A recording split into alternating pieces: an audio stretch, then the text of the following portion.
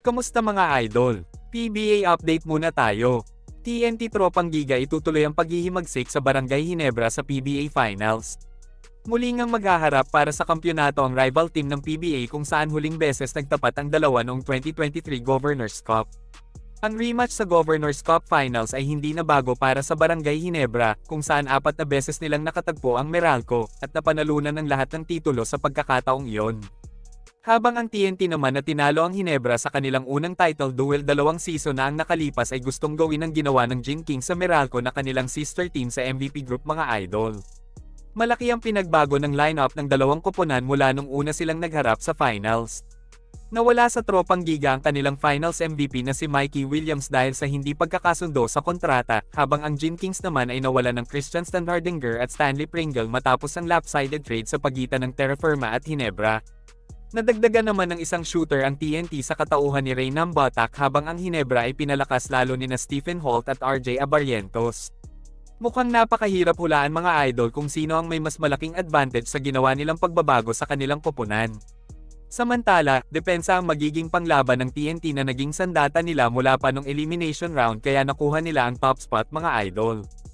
Ang Ginebra naman ay opensa ang magiging pangtapat sa TNT dahil sa dami ng kanilang shooter sa koponan. Masusubukan naman ang depensa ng Ginebra kay Ronde Hollis Jefferson na hindi kayang pigilan ng kahit sino mang koponan mula pa nung elimination hanggang sa semis kung saan pinabagsak niya ang defensive team na rain or shine. Inaasahan na si Stephen Holt ang magbabantay kay RHJ dahil siya ang naging import stopper ng Ginebra mula quarterfinals hanggang sa semis mga idol. Posible din naman na si Brownlee ang magbantay kay RHJ pag wala ng choice ang Ginebra. Susubukan ni Justin Brownlee na makabawi sa masaklap na unang pagkatalo niya sa PBA Finals sa kamay ng TNT at ni Ronde Hollis Jefferson.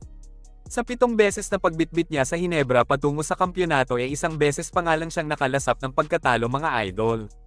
Samantala, masusubukan naman sina Stephen Holt at RJ Abarrientos kung gaano ba sila kahanda sa kanilang unang paglalaro sa PBA Finals.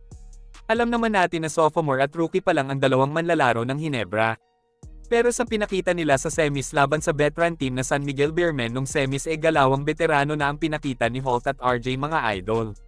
Halos nasapawan na nga nila ang laro ng Ginebra veteran superstar na si Scottie Thompson dahil sa ganda ng nilalaro nila nung semifinals.